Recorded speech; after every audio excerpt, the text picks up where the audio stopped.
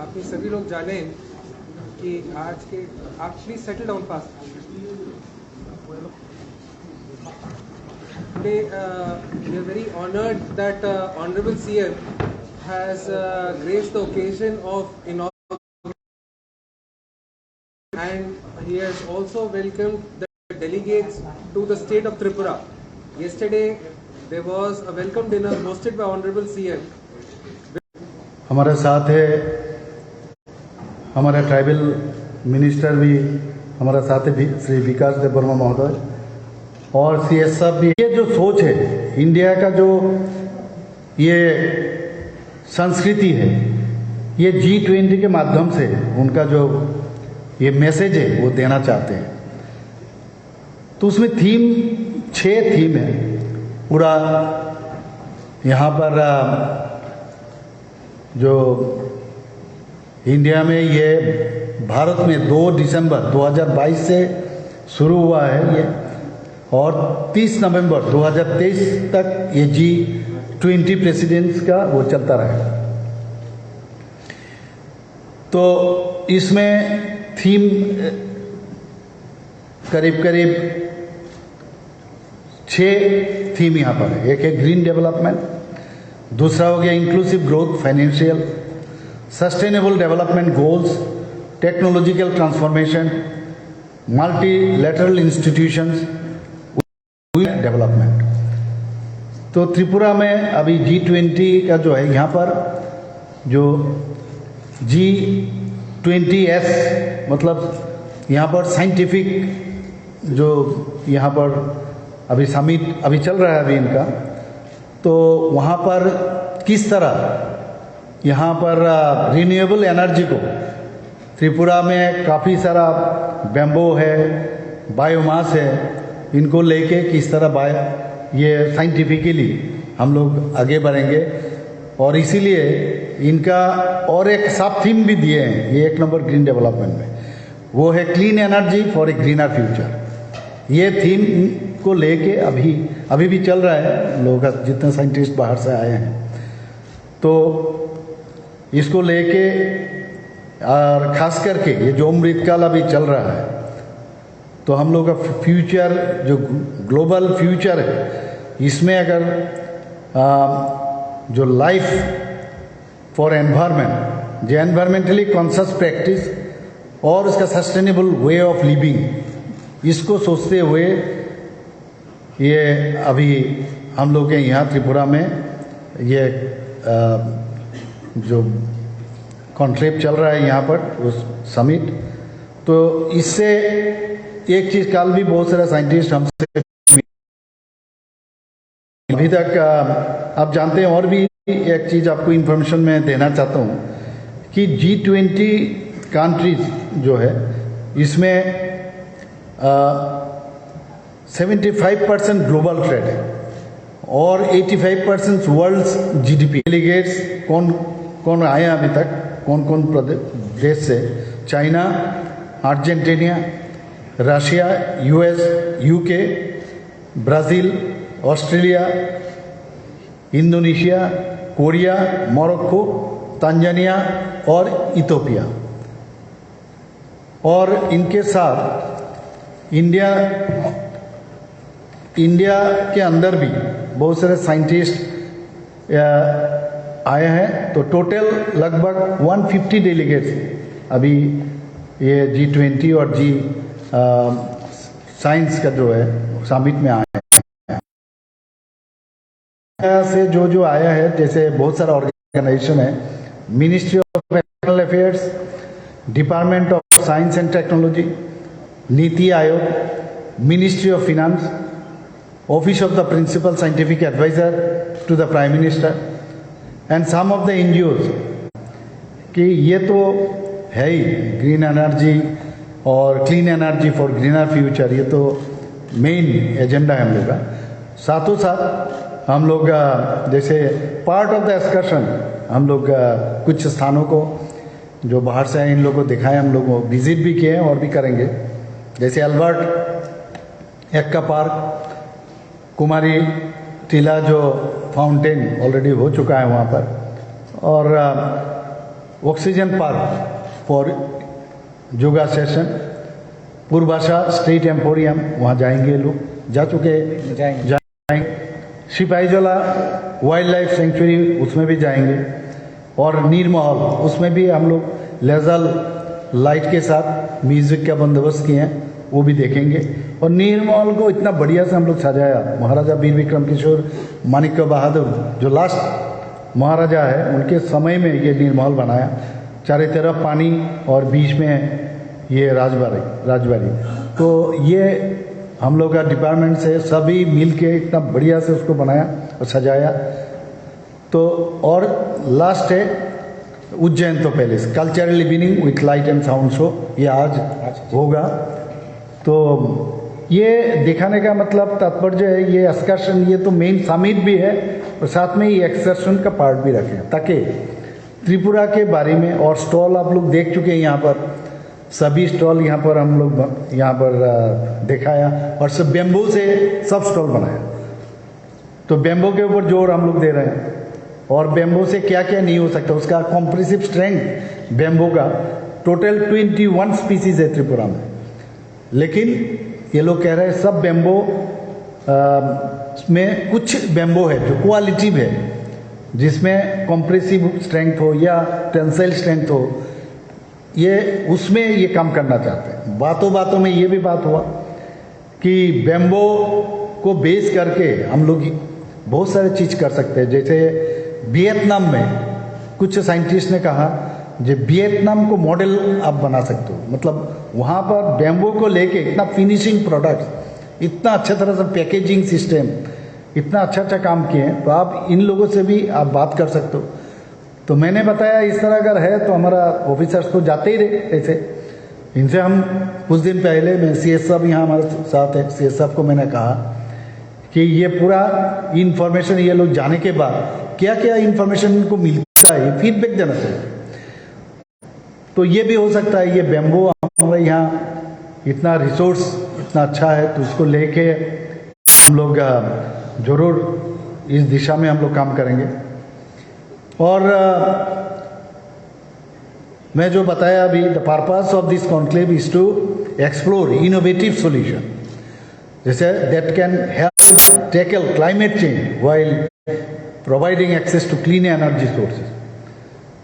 तो आज हम लोग ऑलरेडी इसमें काम कर रहे हैं, रिन्यूएबल जो एनर्जी जैसे सोलर एनर्जी, बायोमास में हम लोग काम कर ही रहे हैं।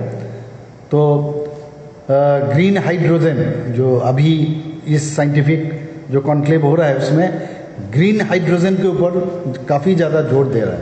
तो ये बेम्बू से ये लाना चाहते हैं, उसमें शायद इलेक्ट्रोलाइसिस करके, एक तो पानी को भी सेपरेट कर सकता है इलेक्ट्रोलाइसिस करके, मिथानॉल से भी इलेक्ट्रोलाइसिस करके ये ग्रीन हाइड्रोजन जो हमारे एनर्जी के लिए रिन्यूएबल एनर्जी, उसको कैसे यहाँ पर इसको आगे बढ़ें और इसको कैसे करेंगे, ये सब पूरा चीज़ लेके बात करेंगे।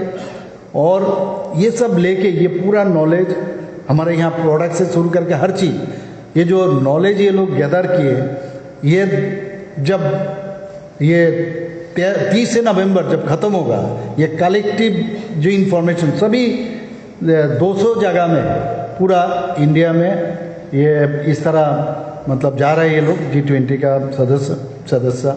तो ये लेके वहाँ पर एक बात होगा कहाँ कहाँ क्या चीज़ है, और इसको लेके जो इकोनॉमिकल स्ट्रेंथनिंग जो करना चाहते मेन, और इसके ऊपर बात होगा। तो ये यही मेन मुद्दा है।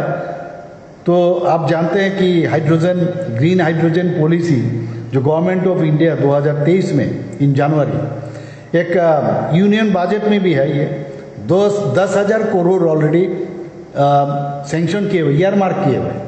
तो इसको सामने रखते हुए हम लोग भी कर सकते हैं, उसमें उसको यूज़ कर सकते हैं उस फंड को। तो इसीलिए त्रिपुरा में इतना रिसोर्स हम लोग के पास है बेम्बो, तो इसको लेके हम लोग generating green hydrogen from bamboo ये हम लोग सोच रहे हैं, ये ज़रूर करेंगे हम लोग, प्लानिंग है।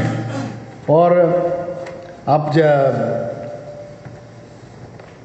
देखिए, हमने ऑलरेडी कहा कि हम लोग सोलर एनर्जी पर ऑलरेडी, विंड एनर्जी हम लोग के पास बहुत समस्या है, विंड एनर्जी यहाँ पर फिजिबल नहीं है, इसीलिए सोलर एनर्जी के ऊपर हम लोग काम कर रहे हैं। ऑलरेडी 107 मेगावाट जो टोटल हम लोग का जनरेट हम लोग मिल रहा है, उसमें मैंने 107 मेगावाट हम लोग अपना ये एनर्जी जनरेट कर रहे हैं, पावर एनर्जी। उसमें 10 मेगावाट खाली सोलर एनर्जी से हम लोग को मिल रहा है। तो ये काम हम लोग कर रहे हैं। 18 माइक्रो ग्रिड स्टेशन हम लोग रिमोट एरिया में, जहाँ पर इलेक्ट्रिसिटी पहुँच नहीं सकते है, वहाँ पर ऑलरेडी हम लोग बेच चुके हैं। वहाँ पर काफ़ी फायदा हो रहा है। और total 274 micro grid stations are in the pipeline. तो इसका मतलब है इसमें भी हम लोग ज़्यादा काम कर रहे हैं। और डुम्बुर एरिया में भी हम लोग सोलर एनर्जी को लेके काम, वहाँ पर भी काम चल रहा है। तो 2500 families have been covered under biomass programme, ये भी हम लोग ऑलरेडी कर चुके हैं। रिन्यूएबल एनर्जी लेके जो अभी यहाँ पर साइंटिफिक सेशन चल रहा है, ऑलरेडी 2 चीज़ को लेके हम लोग आगे बढ़ चुके हैं। लेकिन अभी ये ग्रीन हाइड्रोजन जो बेम्बो से, ये मेन मुद्दा है। और आने वाले दिन जरूर इसमें हम लोग इन्वेस्टर भी आएंगे गवर्नमेंट के तरफ से, और हम भी त्रिपुरा गवर्नमेंट के थ्रू से भी ये लोग काम करेंगे। 2500 फैमिलीज ये बायोमास में तो हो गया, और 3000 families will be covered under biomass programme. यही मतलब हम लोग का ये G20 का जो फायदा प्रधानमंत्री जी का कारण हमको मिला है। और मैंने बहुत सारा जगह में ये भी कहा, त्रिपुरा इंडिया में किस जगह में है, बहुत लोग इंडिया में भी बहुत लोग नहीं जानते हैं। आप तो पूरा वर्ल्ड में त्रिपुरा,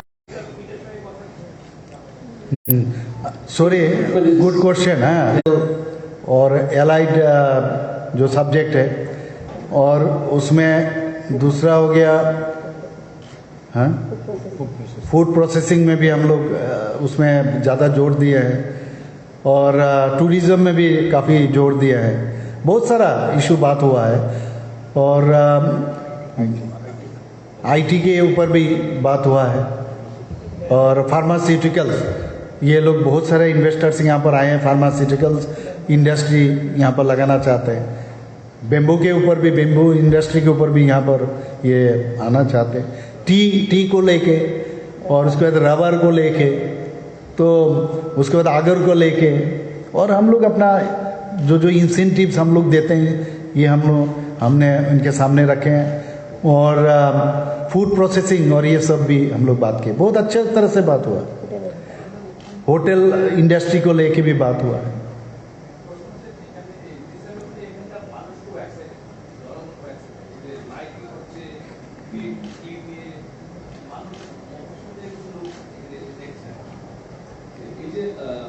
এই যে অভিজ্ঞতাটা, মানে এই যে অভিজ্ঞতা হলো আপনাদের এই জিসিমেটটা, মানে এই যে ইভেন্টটা, এইগুলো কন্টিনিউ চলবে, মানে একটা অভিজ্ঞতা, এটা কাজে লাগবে আগামী দিনে। এই যে গ্রিন এবং ক্লিন বা এই যে বিষয়গুলো সামনে এসছে। দেখুন, আমি একটা কথা বলছি, আমার একটু এমনিতে এনথুসিয়াস্টিক, আমি সাংঘাতিক। তো সাস্টেনেবল হতে হবে। খালি এলাম, একটা সামিট হলো, এই ধরনের মানসিকতা নেই। এবং আপনি দেখেছেন, এক্কা পার্কেই হোক, অ্যালবার্ট এক্কা পার্কেই হোক, বা কুমারী টিলায় সেই ফাউন্টেনেই আমরা যেটা করলাম, বা যেটা আমাদের নীরমহল, হ্যাঁ, সব বিভিন্ন জায়গায় আমরা করলাম। বারবার আমি সিএস সাহেবের সাথে কথা বলেছি, বারবার বিভিন্ন সেক্রেটারির সাথে, মাননীয় মিনিস্টারের সাথে বলেছি, এটা সাস্টেনেবল হতে হবে। মানে করলাম ট্যুরিজমেরও যাতে ডেভেলপ হয়। ওখানে আপনারা দেখবেন মন্দির ঘাটে এটা পার্মানেন্ট ইন নেচার হয়। এর জন্য আমাদেরও দায়িত্ব থাকবে, সবাই এখানে ত্রিপুরাবাসীরও দায়িত্ব থাকবে, এবং এর থেকে কিন্তু আর্নিংয়েরও ব্যবস্থা থাকবে, এমপ্লয়মেন্টও জেনারেট হবে।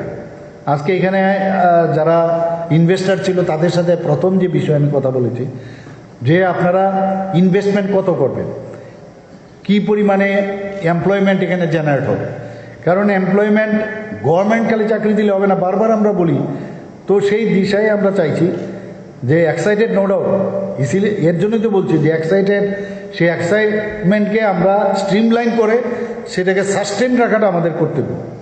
এবং যারা এখানে সাংবাদিক বন্ধুরা আছে, এই বিষয়গুলো মানুষের কাছে আপনারা যখন নিয়ে যাবেন সমস্ত জনতার কাছে, তবেই আমাদের যে ভিজন ডকুমেন্টস থেকে শুরু করে আমাদের সরকার 2.0 বা 2.0 যে সরকার, সেটা আগামী দিন আমরা আমাদের মধ্যেও সেই যে এনার্জি ডেভেলপ করবে যাতে আমরা মানুষের জন্য কাজ করতে পারি।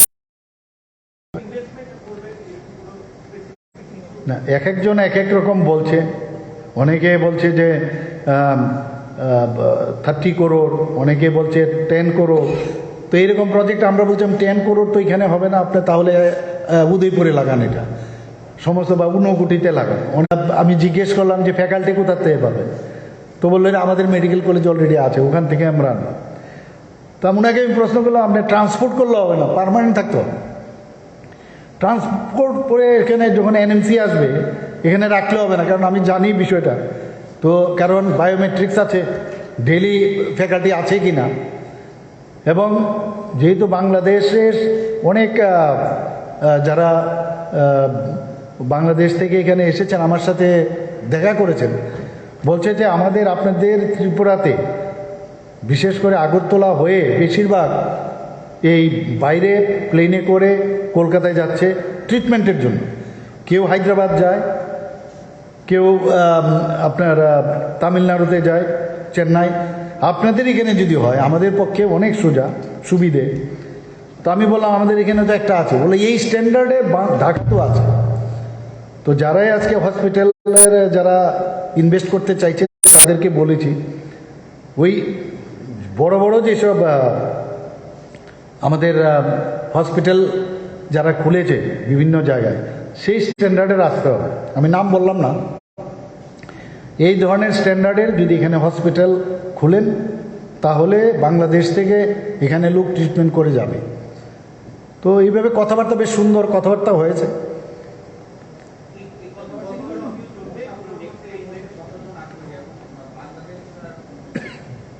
একটা group of people have come, from Rajasthan, from other places also. They were not in the meeting, but through telephone or by in person also they had talked to me. And now though we have to kickstart, clear cut. You help us to kickstart. So you spoke about green hydrogen as one of the main things you have taken from this visit so far. So is there a timeline, a vision of the government by when you will be initiating the process? No, I told you that not only for this green hydrogen, because the first part and second part, there is wind, so is not possible, wind energy. So we have this renewable energy of that is solar, then biomass. So only left out is this hydrogen energy. So that can be done now, because they will talk in the month of 30th November. So after that only the direction will be coming, and after that only I can tell you. Niti Aayog people also were there. So I think it would be done. So I want that it should be started by the end of this year or first of the next year. We should start it. I want today, why not today? It is not possible. Infrastructure has to be developed. So it will take time. Thank you. মাননীয় মুখ্যমন্ত্রীর কাছে একটা প্রশ্ন থাকবে, এই G20 সামিটের মধ্যে যারা invest করার জন্য এসেছেন উচ্চশিক্ষার ক্ষেত্রে, বিশেষ করে বেসরকারি কলেজ স্থাপনের ক্ষেত্রে কতটা আগ্রহী, এবং কোন কোন ক্ষেত্রে বিশেষজ্ঞ যে সমস্ত সাবজেক্টগুলি রয়েছে তারা কতটা আগ্রহ প্রকাশ করেছে? না, অনলি মেডিকেল কলেজের জন্য আজকে ছিল এখানে। তো অন্য কোনো শিক্ষার বিষয় আইআইটি এসেছিল, আইটি ওরা এসেছিল। তো বাকি আমরা আসবে যখন মানুষ যখন শুনবে এখানে সমস্ত সুবিধা আমরা দিতে চাইছি। দুবাই গিয়ে মানুষের ইন্ডাস্ট্রি খুলে, তো দেশের লোক গিয়ে দুবাই খুলে, তো আমরা যদি তাদের সুযোগ সুবিধা দেই তো ত্রিপুরাতে কেন করবে না? আর এখানে সবার উদ্দেশ্য যারা এখানে ইনভেস্ট করবে তারা কিন্তু ভায়াবিলিটি দেখে। যেহেতু মৈত্রী সেতুর ওপেনিং খুব মানে কিছুদিনের মধ্যে হওয়ার সম্ভাবনা রয়েছে, তো সাউথ ইস্ট এশিয়ার প্রবেশদ্বার হচ্ছে এটা, তো এখান থেকে আর যাবে, এখান থেকে মানে আসবে, তো এইসব কারণেই কিন্তু ত্রিপুরার প্রতি মানুষের একটা ইনভেস্টারদের এখানে, আর সবচেয়ে বড় হচ্ছে আমাদের এয়ারপোর্ট হয়ে গেছে এখন। আগে এখানে এয়ারপোর্ট সেইভাবে ছিল না, এখানে ব্রড গেজে রেলওয়ে হয়ে গেছে, যাতায়াতের কানেক্টিভিটি বেড়ে গেছে, ন্যাশনাল হাইওয়ে হয়ে গেছে, এত সুন্দর। তো সব মিলে আগে যখন আমরা when we are very young আমরা এইগুলো ভাবতাম না, আর ত্রিপুরাতে কী করে সম্ভব। তো যেহেতু কানেক্টিভিটি একটা বিশাল বিষয়, কানেক্টিভিটি যেহেতু বেড়ে গেছে, ওয়াটারওয়েজও আমরা চিন্তা ভাবনা করছি, আপনারা সবাই জানেন। তো সব মিলে the future of Tripura is very bright. Thank you.